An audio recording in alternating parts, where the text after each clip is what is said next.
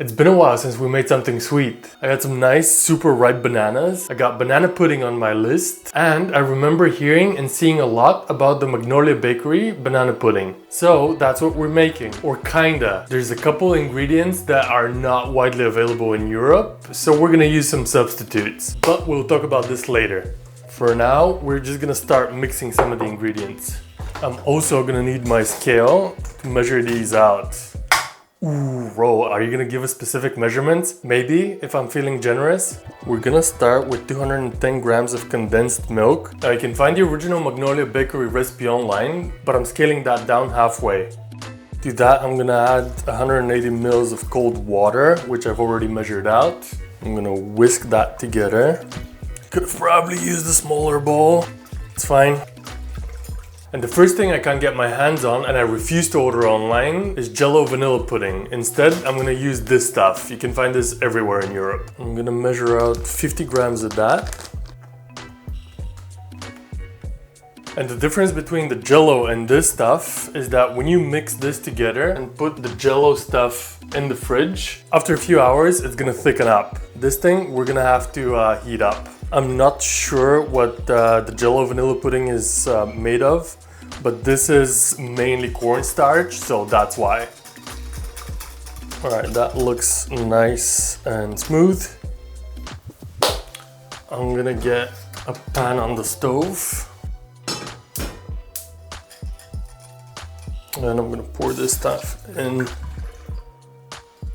Unfortunately, you're gonna have to keep stirring this, otherwise it's gonna get lumpy, especially in the end when it thickens up. Hey Ro, why don't you just make a vanilla custard? That's a good question. I asked myself the same thing, but apparently the condensed milk part is pretty important, so that's what we're doing. I don't know if you can make custard with just eggs and condensed milk water instead of milk, but I don't have time to experiment right now. This video needs to be up tomorrow, and I don't have time to fail. It takes around 5-10 minutes to get to this stage, but when it starts thickening, it thickens up real quick.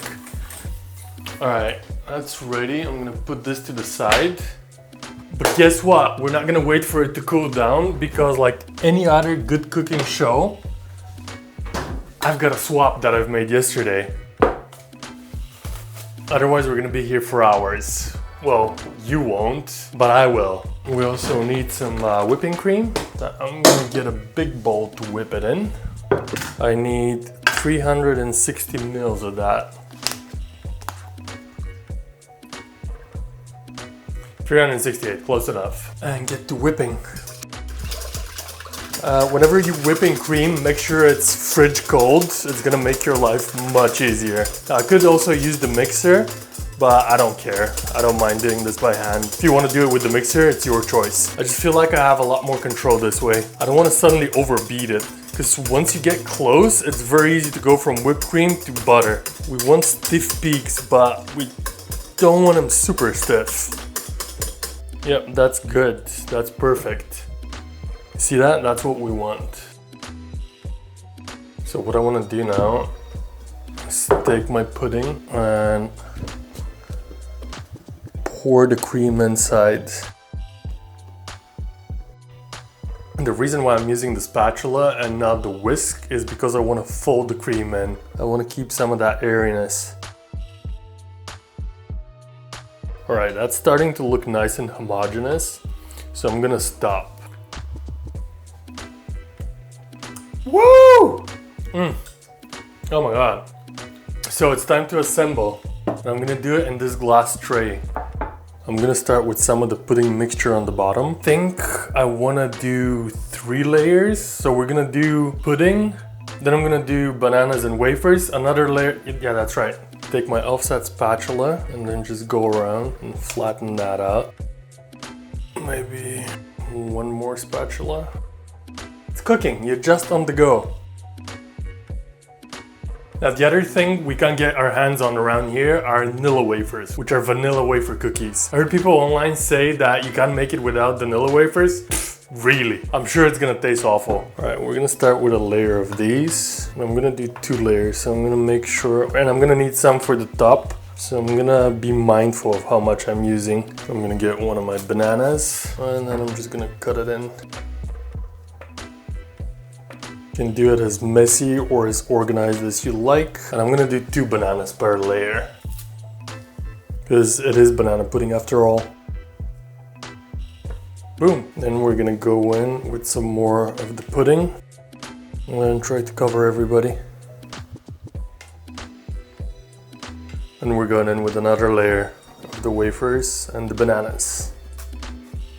I also know that some of you are thinking, oh, those bananas are too old. No, they're perfect for this. You don't want to do this with green bananas. You don't want to do anything with green bananas. And then I'm just gonna dump the rest of the vanilla pudding on top.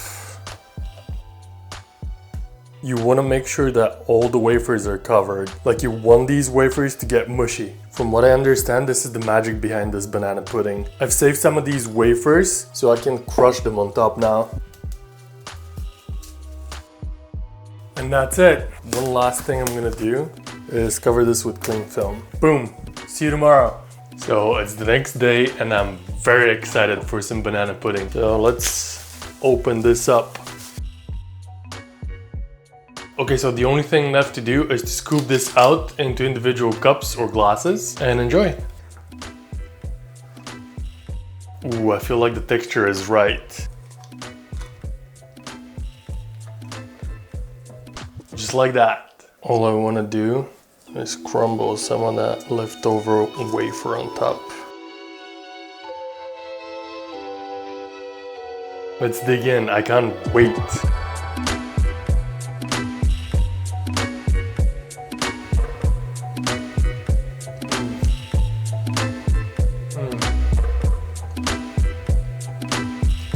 I get it with the wafers. It's that mushy biscuit texture that does it. So whether you make the original recipe or you live in Europe and you do this one, go give it a try. It is really, really, really good. Roll out.